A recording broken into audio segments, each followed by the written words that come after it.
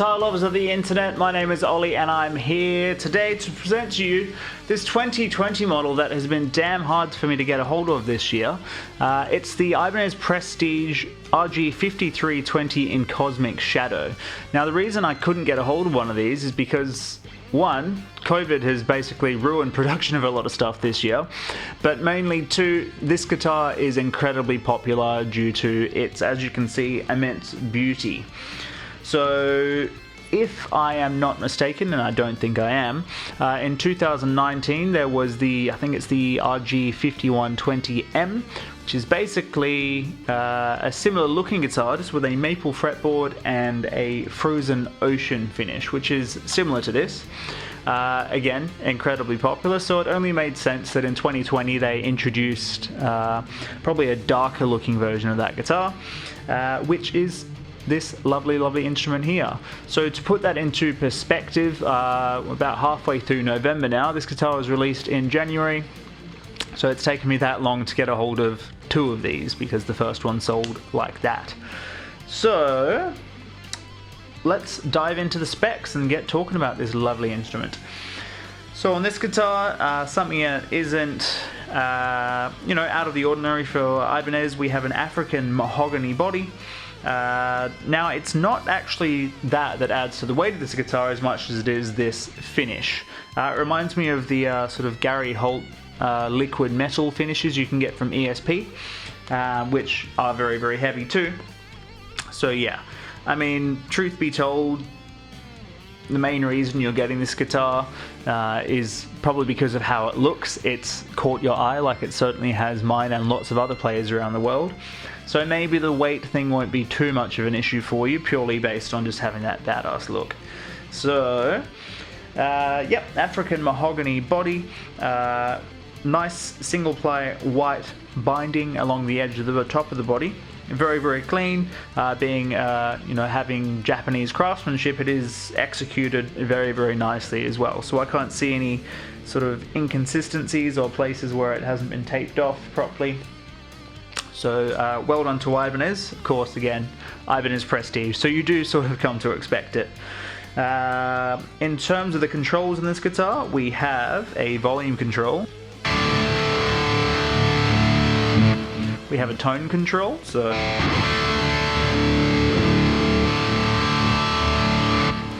and instead of having a 5-way selector to achieve our single coil sound, we actually have a 3-way selector and a mini toggle like so.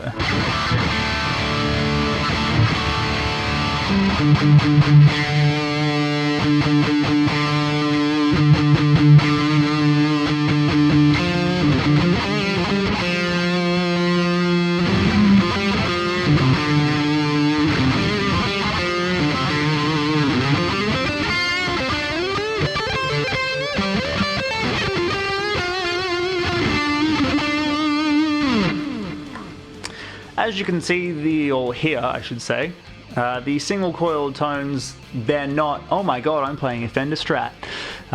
So typically speaking, if you do want a guitar that has, single coil sounds, get something that is either, a single coil equipped guitar, or just get yourself a nice Fender Strat or a Stratocaster-esque guitar, because that's going to get you, it's going to get you that sound without sort of getting in the realm. But again, it's not like you're probably buying or looking into the guitar because you want a guitar that's going to do it all. Again, look how beautiful the guitar is.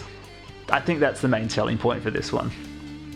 So the pickups you're hearing are the Damasio Fusion Edge ceramic humbuckers. As far as I'm aware, they are made specifically for Ibanez. And yeah, they're nice and tight. They're not too saturated, not too dark. For me, they sort of do the trick. In this demo, you are hearing it through the EVH5150 6L650 head, going into the Boss WAZA tube amp expander with a little TS808 style drive in front of it, just to tighten it up a bit. So yes, those are the pickups from Damasio, which again, fairly standard for Ibanez. Pretty rare if they're not using their own that they will go outside of that. Outside of Seymour Duncan's for their AZ series, or Fishman Fluence pickups for some of their latest models I should say. In terms of the bridge, we do have, again, Ibanez's very own low-profile double-locking tremolo system. Haven't used Floyd Roses on their guitars for quite a while as standard production models. And if I'm honest, I actually do prefer Ibanez's design. Except one thing I will mention on this guitar, I think because it is low-profile, the bar does sit a little bit lower. It is a little bit, if you have the arm here, it can be a little bit tricky to sort of get a hold of, get a hold of some of the controls, or, I've got quite big hands to get my hands in here if I'm trying to roll back the volume. And it's actually, I found it a little bit cramped. I actually caught my finger on the mini toggle because I couldn't see it before because of the angle, so be wary of that, especially if you have big hands. I mean, how many people with big hands play Ibanez? Like, Steve Vai, Paul Gilbert. Something to think about. But besides that, in terms of the low profile, stays in tune incredibly well. You can do all sorts of abuse to it. And like I said, the design, or the thing that I love about it, is the fact that the fine tuner, sort of the block adjustment screws are in front of the fine tuner screws. God, I'm getting tongue-tied today. Which means, typically when you're restringing a Floyd Rose style guitar, you either have to do one string at a time, or you have to sort of, stuff a bunch of cards or some cloths in here to make sure the bridge doesn't sink into the body. Now, if you remove all the strings on this guitar, yes, the strings will sink into the body, but you still have access to the string locking screws, unlike on a typical Floyd Rose. So this is a Floyd Rose, this is a Floyd Rose original bridge, where basically if you take all the strings off, then you can't get access to those to those string locking screws, which is of course a problem. Very, very good design.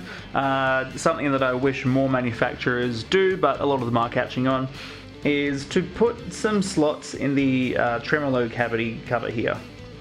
Which basically means, again, on all of my Floyd equipped guitars, or even just tremolo equipped guitars, I always end up just leaving the back plate off because I can't be bothered taking it on and off every time I want to make a tiny little adjustment.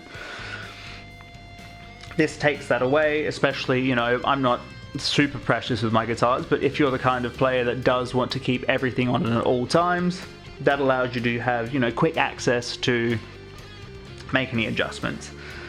So yeah, that's everything in terms of the body. Let's move on to the neck. We're already on the back of the guitar, so let's go. We've got a 5-piece Super Wizard neck here. So the neck is made out of maple and wenge, or wenge, however you pronounce it. Exotic timber that is growing in popularity. Has been for a number of years. So that is... we've got 24 frets on this guitar, which are they're jumbo stainless steel with the Prestige fret edge treatment. So basically the fret edge treatment ensures that guitar, it basically means that it's finished perfectly. You don't have any sort of lifting frets, you don't have anything sharp. Me, myself, I actually prefer the premium fret edge treatment, which leaves them a little bit more rounded on the edge, but that's purely just an aesthetic thing, I think. This guitar, in terms of its playability, is quite flawless. So 24 frets over a Mikasa ebony fretboard, which is very, very dark, very, very uniform. I don't have any sort of stripes in this. We've got offset inlays which are pearl, white binding, again single ply along the fretboard with lumen lay side dots, which maybe if you've spent all of your money and you can't afford power bills because you bought this guitar, you're going to be able to play in the dark because you're going to be able to see the fretboard, or the other end of the spectrum. If you're on a dark stage, you know, lots of smoke going around, it's the interlude between the songs, you also need to be able to see your fretboard. So yeah, great upper fret access as well. Really allows you to get up there if you're, you know, a lot of Ibanez players will be trying to do all that super shreddy stuff up here. And it facilitates it, it lets you do that, especially with that super skinny neck profile. Satin finish just lets you play the thing. Which is weird because typically I'm not really an Ibanez guy, but something about the way this is put together just lets me do it. Moving on to the headstock, so we do of course have that cosmic shadow finish which continues onto the headstock, which again, it looks great, it really is nice. We have the Ibanez Prestige logo, and black chrome hardware on this guitar, I should mention, adds a touch of class I think. And Goto tuners on this. So, you know, because we do have a double locking tremolo, we don't necessarily need locking tuners. But yes, these ones are here. Goto, of course, super consistent in terms of their quality. I'd like to think they're not really going to let you down ever. So that's pretty much all the specs on this guitar. Again, Japanese made, super consistent, looks incredible, feels incredible, and it sounds pretty damn good as well. Speaking of sound, let's have a listen to some demos so you can get an idea of how it sounds. So like I said, we do have a 3-way selector with a toggle in order to get those coil split sounds. So we'll start off dirty and then we'll go for some clean.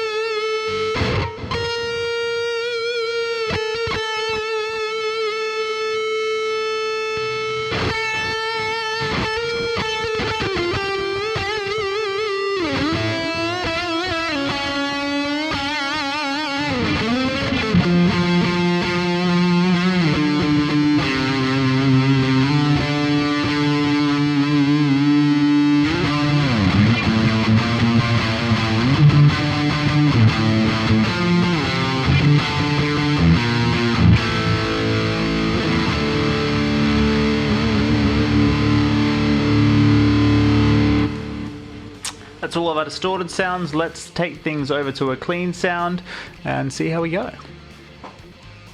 Alright, so I'm on channel 1 on the EVH5150 that 6L650 had. I've got just a Boss DD200, which is a delay, and an MD200, providing some chorus, and a EHX Cathedral reverb. So yeah, let's start off with the bridge and see how we go.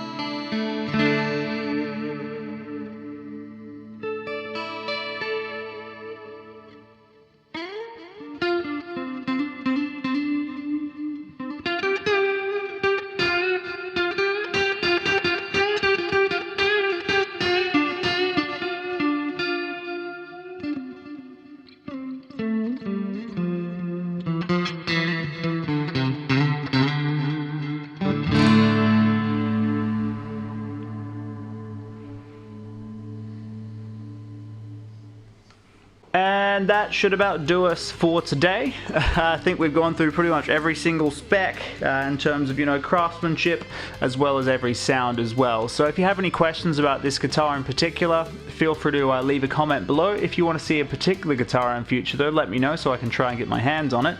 But otherwise, thanks so much for sticking around if you made it this far. My name is Ollie. If you liked the video, leave me a thumbs up. Or hey, if you want to see more cool videos coming out in future, feel free to subscribe to my channel. Otherwise, thanks so much guys. I'll see you next time. Cheers.